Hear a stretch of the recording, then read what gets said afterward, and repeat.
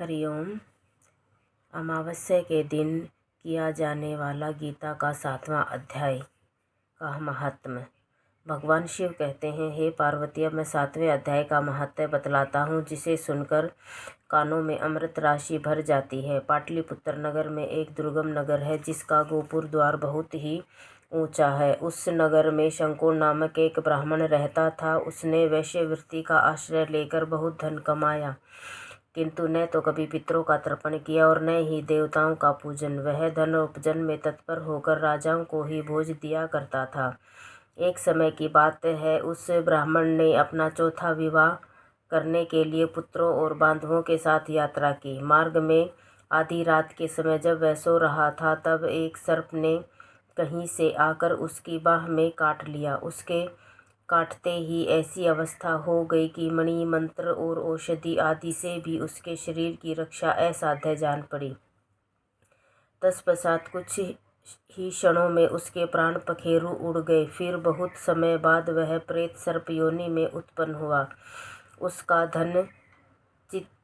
उसका चित्त धन की वासना में बंधा हुआ था। उसने पूर्व वृत्तांत को स्मरण करके सोचा, मैंने घर के बाहर जो करोड़ों की संख्या में अपना धन गाड़ रखा है, उससे इन पुत्रों को वंचित करके स्वयं ही उसकी रक्षा करूंगा। एक दिन सांप की योनि से पीड़ित होकर पिता ने स्वप्न में अपने पुत्रों के समक्ष आकर अपना मनोभाव बताया।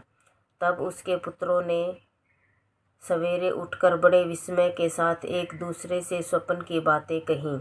उनमें से मझला पुत्र खुदाल हाथ में लिए घर से निकला और जहां उसके पिता सर्प योनि धारण करके रहते थे, उस स्थान पर गया। यद्यपि उसे धन के स्थान का ठीक ठीक पता नहीं था, तो भी उसने चिन्हों से उसका ठीक निश्चय कर लिया और लोभ बुद्धि से वहां पहुंचकर बाबी को खोदना आरंभ किया।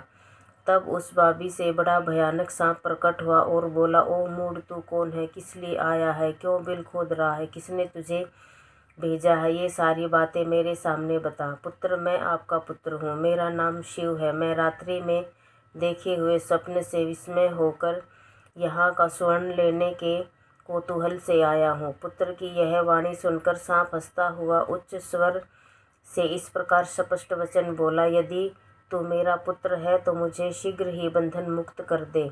मैं पूर्व जन्म के गड़े हुए धन के लिए ही सर्प योनि में उत्पन्न हुआ हूँ। पुत्र, पिताजी, आपकी मुक्ति कैसे होगी, इसका उपाय मुझे बतलाइए, क्योंकि मैं इस रात सब लोगों को छोड़कर आपके पास आया हूँ।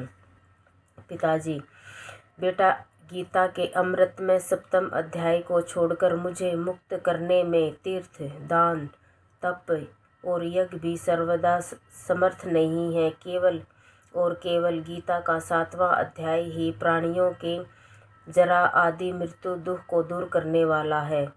पुत्र, मेरे श्राद्ध के दिन 7वें अध्याय का पाठ करने वाले ब्राह्मण को श्रद्धा पूर्वक भोजन कराओ।